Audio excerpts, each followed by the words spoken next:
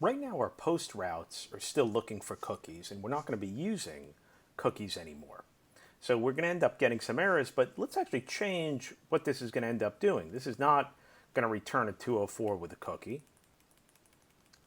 This is going to end up returning a 200 with a token. And we'll be able to predict what this token is going to end up looking like. So we could go over here. And for incorrect credentials, sure, it's going to end up returning a 401. But what we could end up doing here is we could say the status here is going to be 200. And what we could do is we could actually generate a token. We could also say expect response dot body dot token to equal, and we could generate the token. We've actually done it already up here.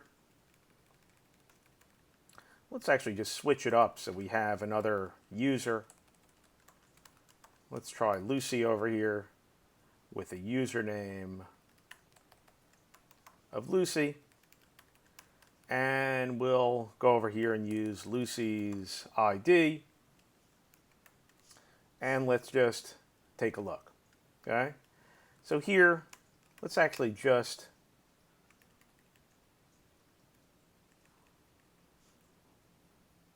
get rid of this. We're not going to need our delete routes anymore, so I'm actually going to just do that. So here we're getting a 500 back. And again, one of the reasons why is that if we look at this for our post, we're actually doing something a little bit different here. And what we're going to change this so that when we do this, we don't send back the user. What we end up doing is we end up sending back an object with the token. So we'll assume on the client side that they'll get this token back. They'll store this token, probably in local storage, and they'll use it the next time. So let's go over and if we run this, we'll see, hey, look, right now we're just sending back the user, and here we're going to change our authenticate method.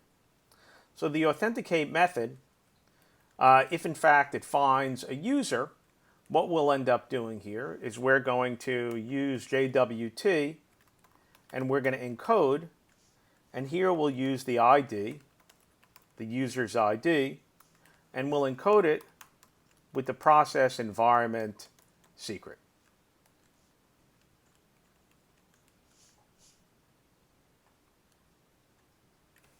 So let's see, we've got this equaling undefined. We're sending back the token here. So let's just make sure that we're doing this correctly here in our app.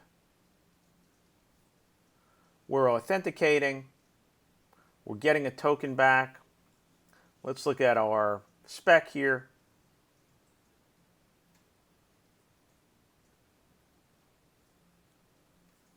Let's make sure we're testing out the right one.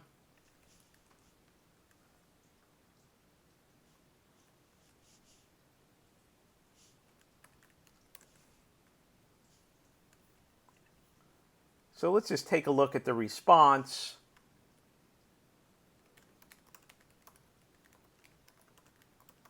Dot body.